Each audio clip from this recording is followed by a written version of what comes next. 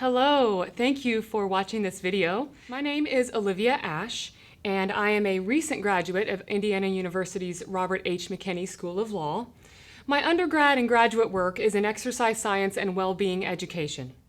I wanted to talk to you today about loneliness. So my research stemmed from seeing an article in Harvard Business Review that lawyers rated the loneliest of professionals. I had a thesis to write, and so I wanted to know why. And I spent a year researching and then conducting a study with my colleagues on how lonely they were and how lonely they reported themselves to be.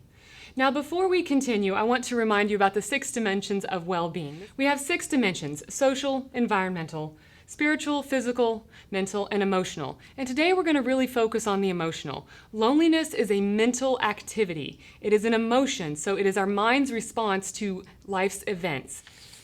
Here's a little activity to get us started. So when's the last time you genuinely felt part of a group?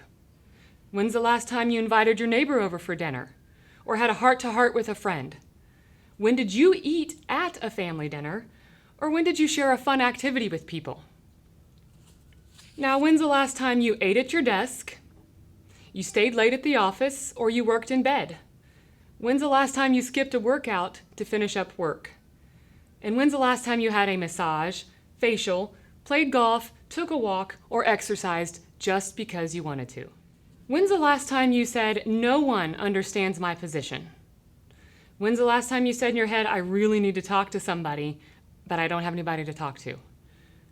When did you say, "I'm the only one who can do this, but I don't understand this"? And then there's just too much to do. I cannot fix this. Now, there's 2 types of loneliness. There's emotional and there's social.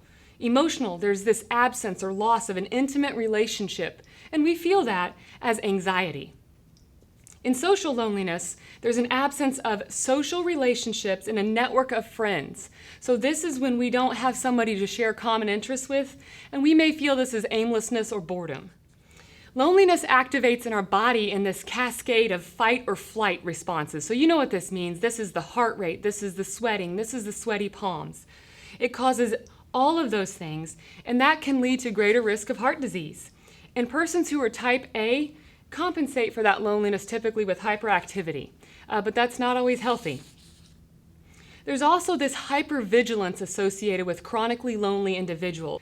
A chronically lonely brain and our thoughts is constantly on the lookout, searching for threats before it gets harm. It's trying to keep those threats at bay. Now, in additional loneliness research, Stephen Cole has called it one of the most toxic environmental conditions we can possibly encounter, and the environmental condition is inside our brains. Let's remember that dimension of wellness. We're looking at the emotional. And when it comes to wellness dimensions, a wheel cannot roll if it is broken. So if any one of those 6 pieces of the pie is either too small in relation to the others, or it's actually diminished, that wellness wheel is not going to function and do what it is made to do and be whole. Now, when we look at lawyer well-being, the research innumerable, and I'm going to give a very brief overview of some of the statistics that I found in my research. In 2016, Patrick Krill and others, 21% scored for problematic drinking levels and almost 30% mild to high depression. So we know that there are challenges and poor coping mechanisms. What is driving that? I believe loneliness is the seed from which so many other mental health disorders sprout. If you think that someone's out to get you, or if you think that there's never a good possibility, or if you're always on the lookout for threats, that's a challenge to being able to grow emotionally in your health. What are some other driving factors from research? Well, there's self-imposed stigma and isolation in the practice of law. There's the thinking like a lawyer, missing the big picture, or a hesitancy to ask for help. Perceptions of weakness or embarrassment to be exposed in a group setting.